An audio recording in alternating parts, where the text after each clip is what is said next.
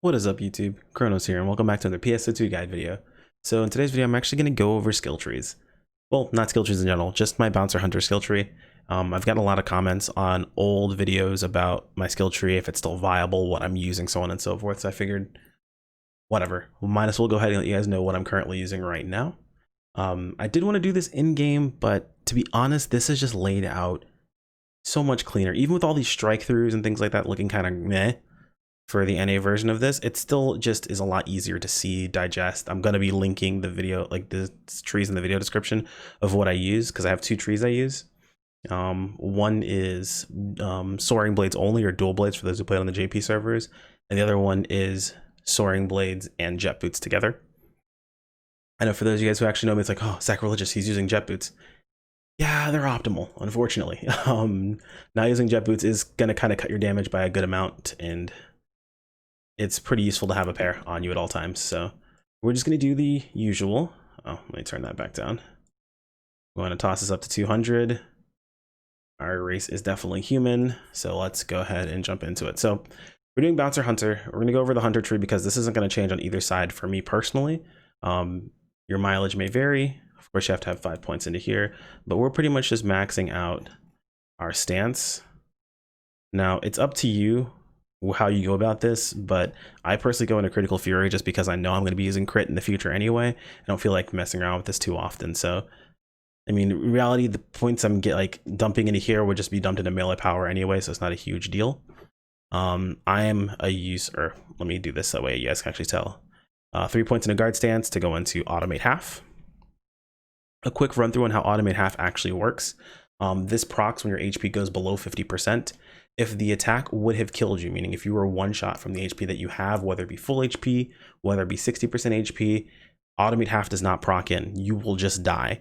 So keep that in mind. Automate half automatically procs when you drop below 50% and will use the lowest tier mate item you have. Monomates heal you for 25%, Dimates 50%, and Trimates 100%. So you ideally do not want to be carrying Monomates if you're using automate half.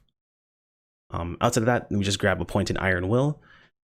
Now, some builds recommend taking straight up Iron Will into Stalwart Spirit. You can do this, but I kind of feel like it's counterintuitive. If you're taking automate half, you're really not proccing Iron Will too often.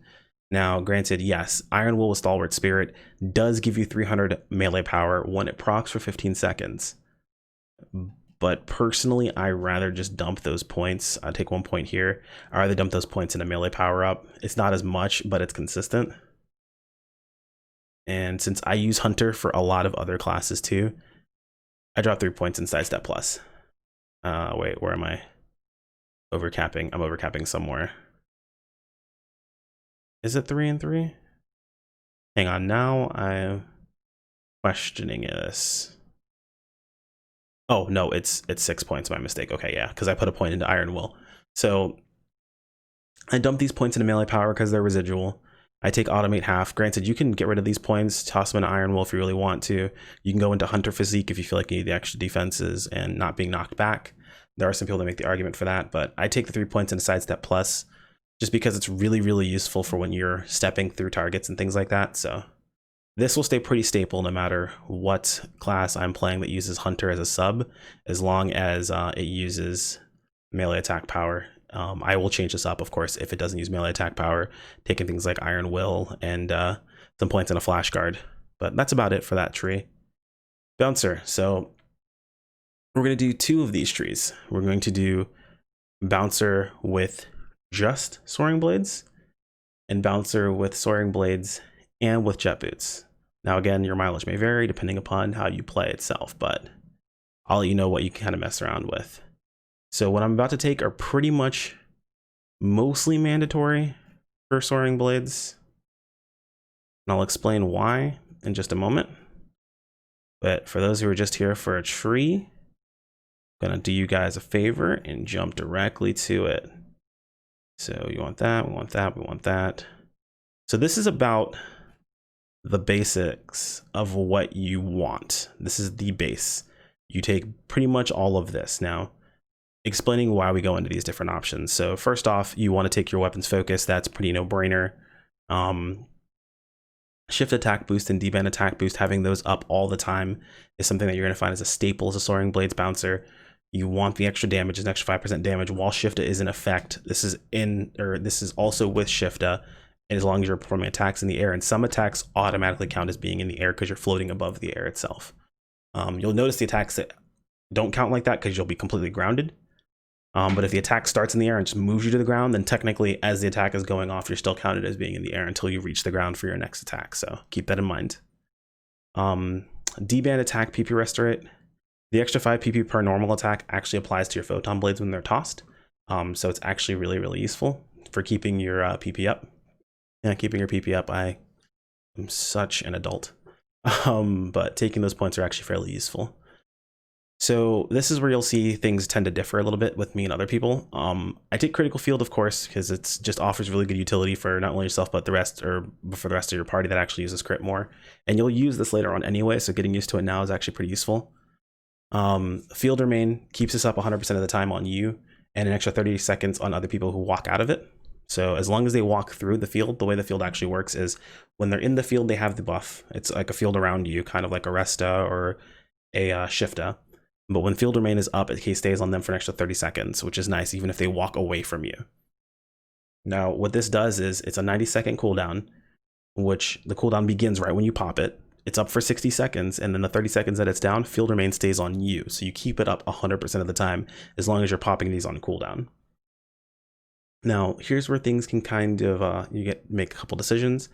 You can take elemental PP restore at field. Personally, I tried playing with just this. It's only 3 points. Granted, I mean, it's another field skill, so it's up 100% of the time.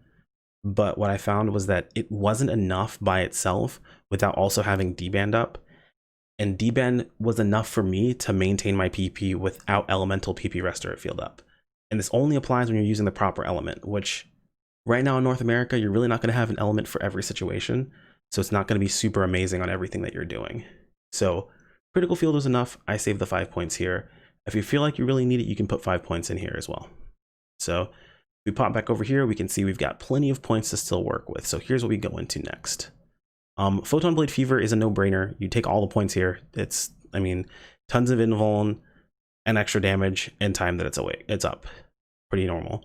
Break Stance D is very, very useful. It was explained in a previous video, but basically it just applies part of the damage bonus that you attain from Break Stance, even on targets that don't have breakable parts. So it's very useful in situations where you don't have the proper element. You just use Break Stance as long as you're using Soaring Blades, which since this is a Soaring Blades tree, it's pretty stable. Honestly, I'd pick this up if you're leveling before you even touch Elemental Stance, and get Elemental Stance later because the damage bonus between the two of them is not super, super high, even on proper element. Of course, Elemental Stance is going to be better by default. However, it's not the end of the world if you only have access to these while you're leveling up. You'll be fine.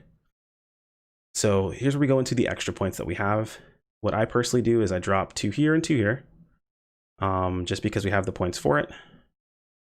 We drop 2 on, well, so here's where things can kind of differ, right?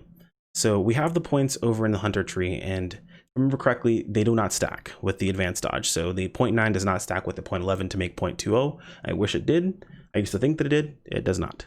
It just takes whatever one's the higher one. So 2 points here, 3 points there, really not a huge deal, right?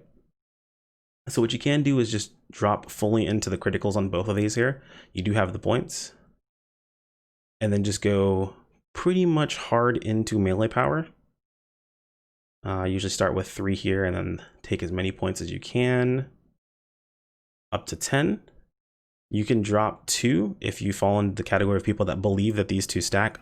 In the time that I've played with it, I haven't found that to be the case. And you're probably thinking, why is it important to use step when you have Photon Blades Escape, which is really, really useful? Well, there are situations where you don't want to waste all your blades on stepping through a target with Photon Blade, or with your weapon action, and it just ends up being a DPS loss for you where you can just as easily step through something. So that's an option. You can always drop those there, but it just depends on what you're going for. I drop those, toss them into here. Some people drop this too and put a point here. I don't really count on being knocked back too often, but 10% is not terrible. That's really about it. That kind of covers everything that you need for just a Soaring Blades bouncer. Now, when you're going jet boots, things are a little bit different, right? And I'm going to put, just in case you didn't get a chance to get this, I'm going to put this in the video description, so don't worry. But when we go jet boots, we pick up the focus and escape, which gives us iframes on our weapon action, and the focus that makes it build up. That makes sense. Encore jump is pretty useful. Makes it for a tower defense 3. I believe it's also in tower defense 2. When they put up the giant walls, you can jump basically infinitely until you can jump over the walls just by having a bit of focus, which is kind of nice. Usually I just use a heal to get a focus, or to get some focus, and then just start jumping, which makes it really easy. But what you do need is switch strike, rapid boost, JA bonus as well. These are going to increase your damage. It's pretty self-explanatory. You don't really have to go into too far. And then what I do to balance this is I drop these down, I believe, to 2. And that should put us at 89 even. So this is the tree I'm currently using right now because I have jet boots and I have a pair of soaring blades. And this is what I personally would feel is the optimal tree for bouncer at the moment, because the optimal way to play bouncer is using both weapons. You can get away with using one weapon, but I would say use both. And keep the same thought process on if you were making a tree that was just jet boot specific. You would drop the soaring blade stuff. So these would all drop here. You would drop this here. Wouldn't be that useful. You may look into elemental burst because you probably would be playing a tech-based character. Even if you're playing hunter, you'd be playing a tech-based character as your sub. Hunter would be the sub because they're still really useful. And elemental burst would be kind of what you'd be looking into a bit more. I don't personally have experience with playing bouncer that way. I'm not going to speak to it because I don't want to speak something that I haven't personally experienced and kind of worked into. But that's really about it. Heal sharing, not really worth it. Heal bonus hasn't really been worth it. It's just not enough. It's 20% healing when you recover. So when you recover HP, surrounding characters will also be healed by a percentage of the amount of HP recovered. Usually, like vampiric stuff that you have isn't going to be a ton for the other person, so not really that important. But that's really about it. Hopefully this was helpful for you guys. You got an idea of kind of what to look into, what to use. This is pretty much just how I've been playing the class for the most part, and I've done relatively well for myself. There's some things you may agree with, some things you don't.